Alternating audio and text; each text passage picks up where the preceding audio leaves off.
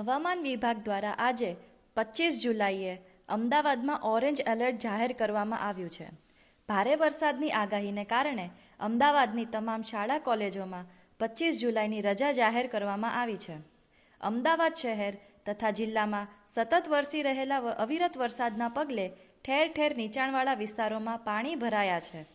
છેલ્લા 15 કલાક બાદ પણ હજુ સુધી બાવળા વિસ્તારમાં વરસાદી પાણી ઉતર્યા નથી, જેને લઈને ગ્રામ્ય પોલીસે સનાથલથી બગોદરા સુધીનો રોડ બંધ કર્યો છે. બાવળામાં રેસ્ક્યુ માટે અમદાવાદ ફાયર બ્રિગેડની 2 ગાડીઓ બોટ સાથે રવાના કરાઈ છે. તો અમદાવાદના ઘુમાના હરિઓમ વિલામાં પણ હજી સુધી પાણી ઓસર્યા નથી. ઉલ્લેખનીય છે કે 23 અને 24 જુલાઈના અમદાવાદમાં ભારેથી અતિભારે વરસાદની આગાહી કરાઈ હતી.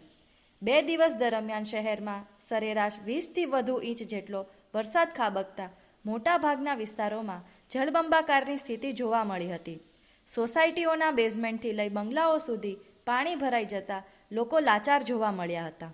તો સમગ્ર અમદાવાદ જિલ્લા પોલીસ તરફથી તમામને વિનંતી છે આમાં વહીવટીતંત્રનો સહયોગ આપે અને સનાથલથી લઈને બગોદરા સુધીના હાઈવેનો ઉપયોગ કરવાનું ટાળે.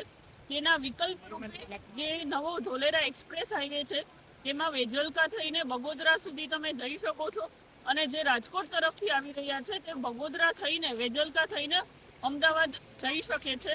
પરંતુ આ રસ્તાનો ઉપયોગ કરવાનું ટાળજો અને તે જાહેરનામું પ્રસિદ્ધ કરીને બંધ જ કરવામાં આવેલું છે.